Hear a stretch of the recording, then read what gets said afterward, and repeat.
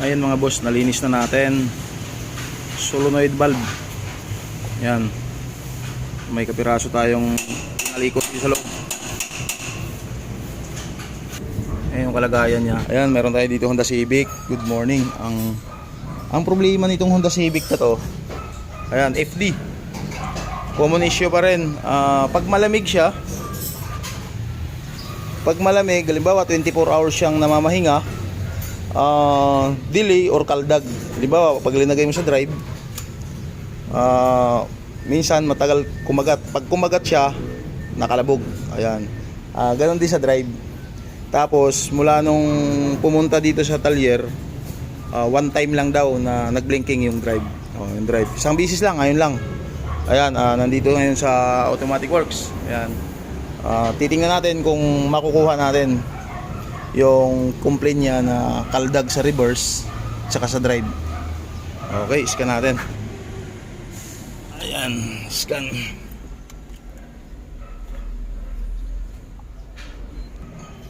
Ayan, still scanning pa rin tayo. Ay, may nakikita tayong isa, DTC. Ayan, antayin na lang natin. Ayun, may dalawa siya, oh. May dalawa nakalagay dito. Automatic transmission. Ayan. Yung isa.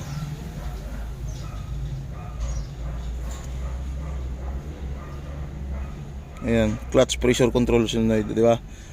Off. Yan yung nakalagay. Ayan. Kaya kung mapapansin natin, may problema talaga ang transmission niya. Ayan. Sa ibang ano nito, sa ibang hatol talaga nito, ano talaga to? Transmission na talaga to. Oh. Kitang-kita naman yung fault niya is clutch pressure control solenoid valve stuck off. Yan, nag-off siya. Okay, tingnan natin yung isa. Ito walang problema to.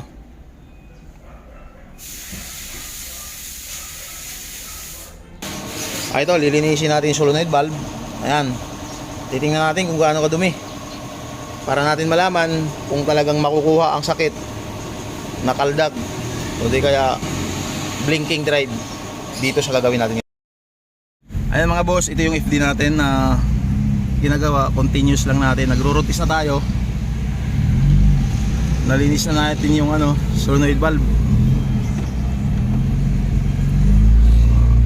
Although ano naman siya, maganda naman yung takbo niya kahit malamig. Kwarta na siya.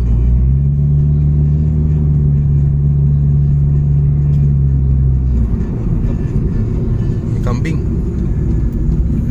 May anak pa. Pambihira. Oy!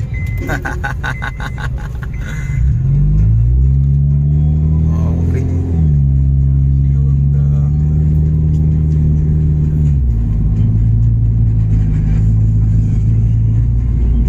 Yan, okay naman yung ano niya.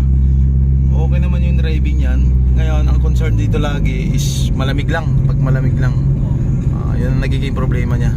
Pero babasahan natin uli mamaya kung talagang yung problema niya is nakuha yung stock off, kasi kanina stock off talaga siya. Titingnan natin uli kung ano mangyayari. Ayun. Ayun, talaga naman.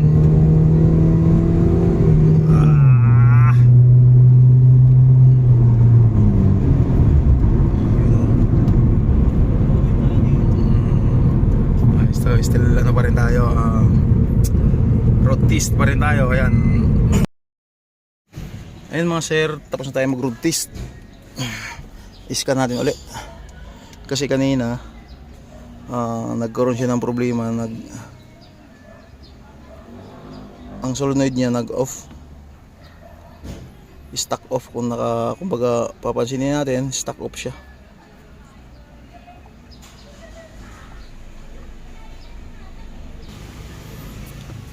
Ayan, mukhang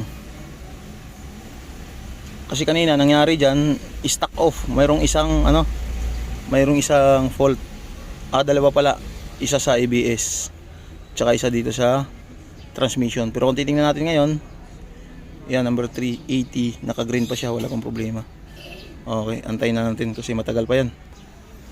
Ayun mga boss, yan ang lumabas. Kung mapansinin natin, yung 80 niya wala na. Ayan, automatic transmission. Kanina mayroon yan. Titingnan natin. No fault na siya. Di ba? Okay na siya. Na-road test na rin natin. Okay na. Ngayon, babasahin ko na lang tong iba kasi meron siyang fault na isa. Ayan mga ma'am and sir, mayroon tayo dito ngayong gasolina na Innova. Ayan, automatic. Ang ipapagawa nila is yung lang sana, valve cover gasket. Ayan, yung valve cover gasket tsaka spark plug cell lang. Ayan, durog na po yung spark plug cell nya. Napasok na po kasi dito sa loob. Dito, napasok na po dito. Ngayon, anong nangyari? Dahil nga, siyempre, nabuksan po natin yan. Ayan, may nakita po tayong rocker arm sa loob. Ayan, tatanggalin natin. Ayan, Yan. Ayan, tumalsik siya. Ayan. Tumalsik siya sa loob. Pero hindi ito ang pakay natin. Ang pakay natin dito is para lang siya mawala yung pinaka tagas. Ayan. Kaya pala, nung time na nakita namin to, syempre yung customer hindi naman siya nag-worry dahil nga nakarating daw siya dito. Ngayon, nung time na sinilip natin dahil nakita niya to,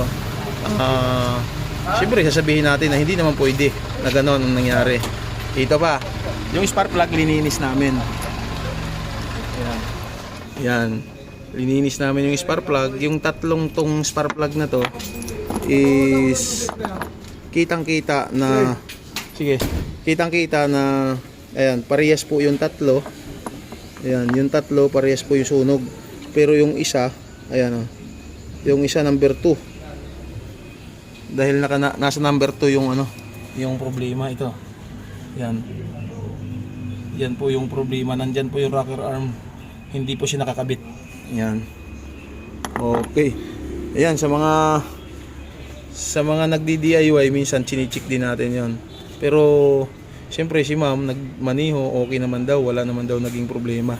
Nung pumunta daw siya dito is okay naman daw. Pero ito, kitang-kita natin na talagang puno ng langis kanina hanggang dito. Yan, may langis. Ngayon lilinisin na lang natin 'to. Okay. Tapos ngayon kakabit na sana natin 'to. Yan kasi may bago na tayo. Mayroon na tayong valve cover gasket tsaka spark plug seal. Nung ikakabit na natin, nasilip na natin na may problema. Ayan. Hindi pwedeng hindi ikabit ito. Alright. Gasolina Innova.